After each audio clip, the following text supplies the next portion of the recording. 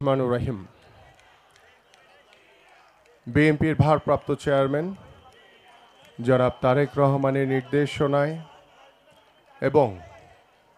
আমাদের বাংলাদেশের তিনবারের সাবেক সফল প্রধানমন্ত্রী,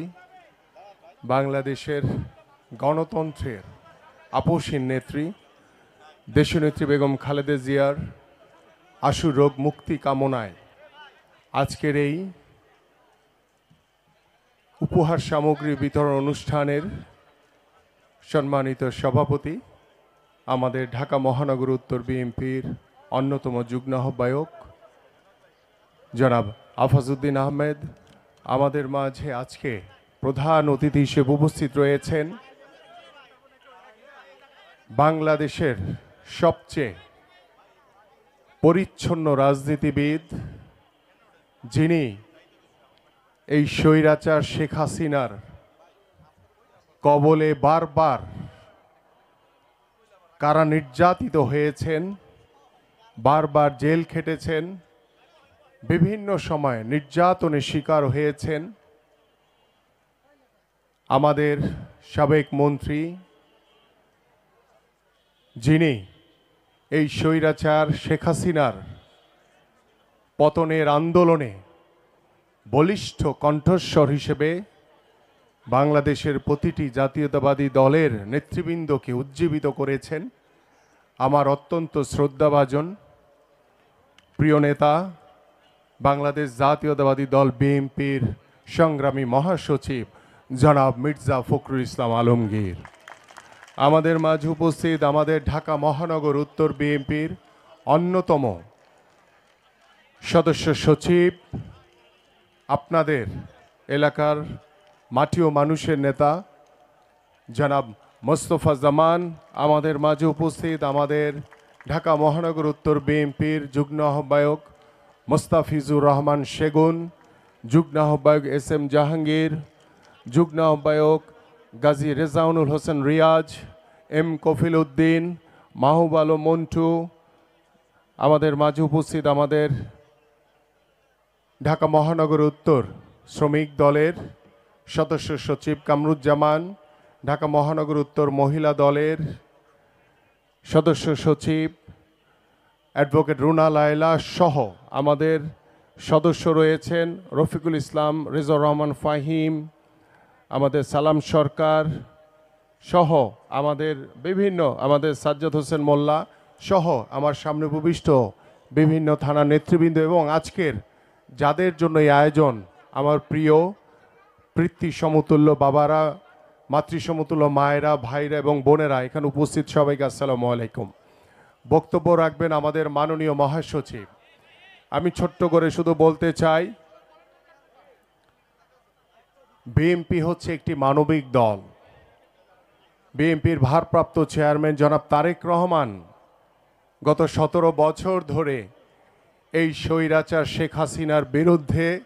এই স্বৈরাচারের পতনের লক্ষ্যে বাংলাদেশ জাতীয়তাবাদী দলের প্রত্যেকটি নেতা কর্মীকে ঐক্যবদ্ধ করে, সুসংগঠিত করে, উজ্জীবিত রেখে গত 17 বছর ধরে রাজপথে আন্দোলন সংগ্রামের মাধ্যমে আমরা গত জুলাই আগস্টে জনতার যে গণঅভ্যুত্থান হয়েছে, সেই গণঅভ্যুত্থানে বাংলাদেশ জাতীয়তাবাদী দলের সকল নেতৃবৃন্দ রাজপথে থেকে সাহসিকতার সহিত ছাত্র এবং জনতাকে সাথে নিয়ে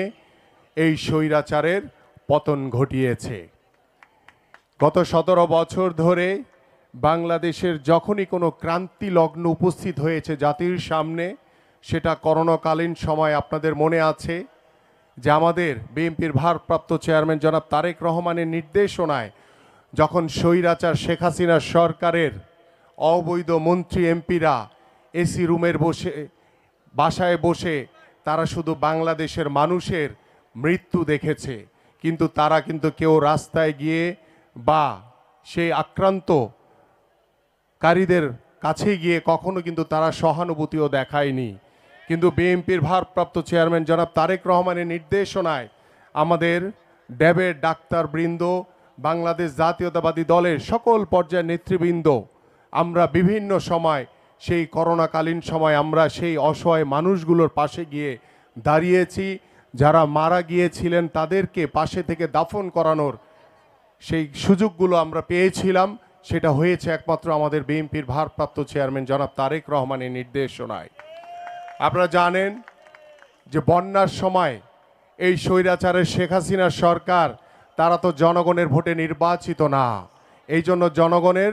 কাছে গিয়ে তাদের পাশে দাঁড়ানো তাদের দরকার ছিল না। কিন্তু বাংলাদেশ জাতীয়তাবাদী দল বিএনপি বিশ্বাস করে যে এদেশের জনগণ বাংলাদেশের সকল ক্ষমতার উৎস, এবং বাংলাদেশের মানুষকে সাথে নিয়ে বাংলাদেশ জাতীয়তাবাদী দলের সকল নেতৃবৃন্দ ঐক্যবদ্ধভাবে কাজ করেছিল,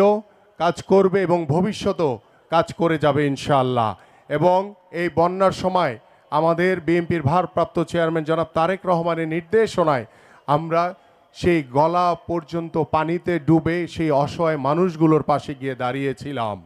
কিন্তু এই গত 17 বছর স্বৈরাচাররা,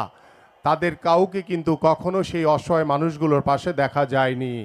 কারণ তারা জনগণের ভোটে নির্বাচিত ছিল না। তারা শুধু নিজেদের ক্ষমতাকে ধরে রাখার জন্য বাংলাদেশের রাষ্ট্রীয় প্রতিষ্ঠানগুলোকে ব্যবহার করে সেই প্রতিষ্ঠানগুলোকে ধ্বংস করে দিয়ে তারা জোর করে ক্ষমতায় বসেছিল। কিন্তু বাংলাদেশের মানুষ সবসময় বিপ্লবী, সবসময় প্রতিবাদী কণ্ঠ, সবসময় সংগ্রামের মধ্য দিয়ে বাংলাদেশের মানুষ তাদের নিজেদের অধিকার, নিজেদের দাবি আদায় করেছে। আমরা 1971 সালে দেখেছি মহান স্বাধীনতা যুদ্ধে, আমরা দেখেছি